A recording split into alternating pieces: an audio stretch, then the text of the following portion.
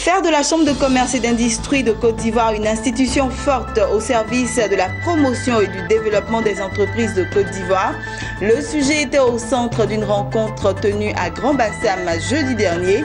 Nous en parlerons dans ce journal. Et puis l'ONG Care International veut participer à la scolarisation des enfants de Kofikro, c'est dans le département d'Issia. À cet effet, elle a procédé à la remise de jugements supplétifs à plus d'une centaine d'enfants. Voici pour le sommaire. Bonsoir à tous et bienvenue au journal de Business 24 Africa. Commençons tout de suite par cette information.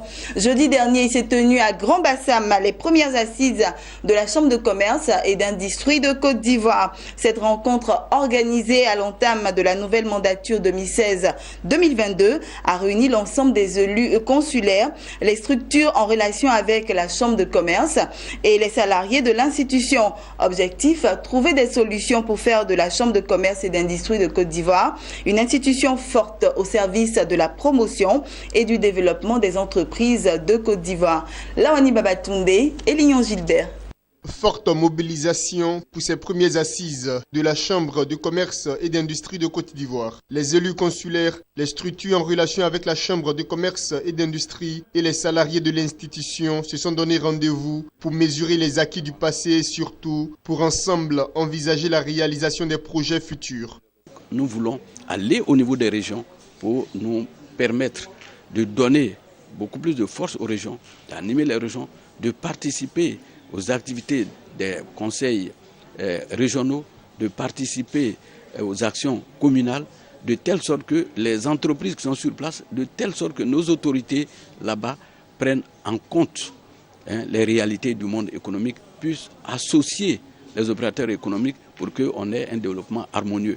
Nous allons nous employer à faire de telle sorte que les investisseurs soient sensibilisés et nos opérateurs locaux puissent être aussi sensibilisés de telle sorte que ces échanges leur permettent de développer leurs activités et de conduire notre pays à avoir des entreprises fortes et aller à l'émergence. Pendant 48 heures, les travaux et réflexions se sont menés autour du thème « Quelle chambre de commerce et d'industrie pour une émergence de la Côte d'Ivoire ?» Mais à l'ouverture des échanges, les participants ont placé de nombreuses attentes à ces assises de la Chambre de commerce et d'industrie de Côte d'Ivoire. Toutes les chambres passées, nous n'avons pas été associés ni de près ni de loin aux activités de la Chambre de commerce. Pourtant, c'est nous qui sommes les plus grands distributeurs de tout ce que les industriels fabriquent. Nous pensons que cette nouvelle chambre de commerce va rectifier le tir et nous attendons beaucoup de cette nouvelle chambre de commerce et nous faisons confiance au président élu, le président Touré Fama. Les mécanismes de financement pour les TPE, les très petites entreprises et les PME, parce qu'elles sont plus nombreuses, elles sont autour de plus de 600 000 dans le pays, qui n'ont pas accès au crédit. Et si nous arrivons à faire en sorte que ces TPE aient accès au crédit, je crois que l'émergence sera au rendez-vous.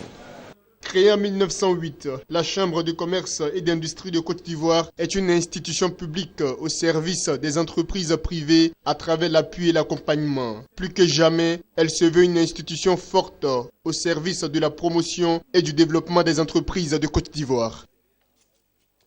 Rendons-nous à présent dans le département d'Issia pour parler d'éducation. Plus qu'un slogan, l'école pour tous jusqu'à l'âge de 16 ans constitue une priorité pour l'État de Côte d'Ivoire.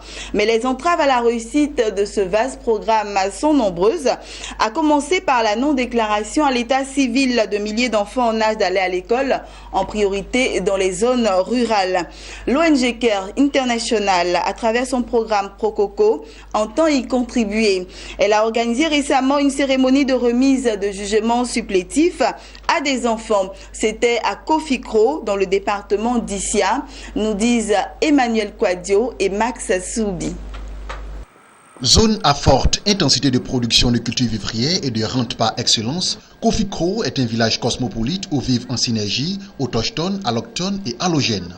Ici, la scolarisation, comme du reste dans la plupart des zones rurales du pays, se heurte à une difficulté majeure, la non-déclaration des enfants à l'état civil dès leur naissance. Ces enfants qui n'ont aucune existence juridique rencontrent d'énormes problèmes lors de leur cursus scolaire s'ils ont la chance d'être scolarisés. Sans extrait de naissance, ils ne peuvent prendre part à l'examen du CEP, encore moins au concours d'entrée en 6e. L'ONG Cœur International, qui à l'instar du gouvernement ivoirien, veut accorder à tous les enfants en âge d'aller à l'école la même égalité de chances, a initié le projet Prococo, Prosperous Cocoa Farming Communities in West Africa, qui à terme permettra à des milliers d'enfants d'avoir des jugements supplétifs. C'est dans cette optique que plus d'une centaine d'enfants du Bogué viennent de se voir délivrer des jugements supplétifs grâce à des démarches judiciaires et administratives menées par l'ONG en partenariat avec Cargill West Africa et le Conseil Café Cacao, outre 200 kits scolaires gracieusement offerts aux écoliers. Remettre des jugements supplétifs, ça permet de faire exister officiellement 100 enfants de cette communauté. Remettre des kits scolaires, ça permet de sécuriser l'accès à l'éducation pour 100 plus 100 enfants de cette communauté-là grâce à l'apport supplémentaire du Conseil du Café Cacao. La délivrance des jugements supplétifs à ces enfants est une bouffée d'oxygène non seulement pour les familles respectives, mais aussi pour le corps enseignant. Nous avions du mal à remplir les documents administratifs avec des noms des enfants que nous ne maîtrisons pas. Aujourd'hui, le nom Yao Konan, demain devient Konan Yao. Ou Amlan devient Aménan souvent. Et nous avons du mal à remplir aujourd'hui. Les extraits sont bien là et je crois que ça va nous aider dans l'efficacité de notre travail. Vraiment, nous tenons à remercier l'ONG Cœur International. Nous tenons à remercier aussi Cargill et la coopérative Copapé pour ces 100 kits envoyés aux enfants et 100 autres aussi qui se sont ajoutés aujourd'hui. Le sous-préfet de Namané Ibogwe, Yaokwaku, lui a exhorté les parents à déclarer leurs enfants à la naissance. Un enfant sans jugement n'existe pas juridiquement et représente un danger pour sa famille et pour toute la société, a-t-il martelé. Cet appel semble trouver écho favorable auprès des géniteurs, surtout dans le rang des femmes. Et poursuivons ce journal avec ces informations en bref et en images. Rendons-nous à présent en Angola où le Fonds monétaire international FMI est préoccupé par le recul économique de ce pays, alors même que l'inflation est à des niveaux élevés. Si ce constat vient témoigner de la morosité que connaît actuellement l'économie angolaise, cette situation a conduit le gouvernement dans le mois de juillet à d'une part abaisser ses prévisions de croissance pour l'année 2016 à 1,3% contre 3% annoncé précédemment et d'autre part à réduire les dépenses budgétaires de 6 milliards de dollars. Et puis on termine avec ceci. La Banque centrale éthiopienne projette de développer la finance islamique afin d'améliorer l'inclusion financière des populations du pays. Cette stratégie fait partie intégrante des efforts du gouvernement pour mobiliser des ressources intérieures afin de diversifier son économie. Pour rappel, la finance islamique reste embryonnaire en Éthiopie malgré le feu vert du gouvernement depuis 2008 aux institutions financières afin de fournir des produits financiers afférents.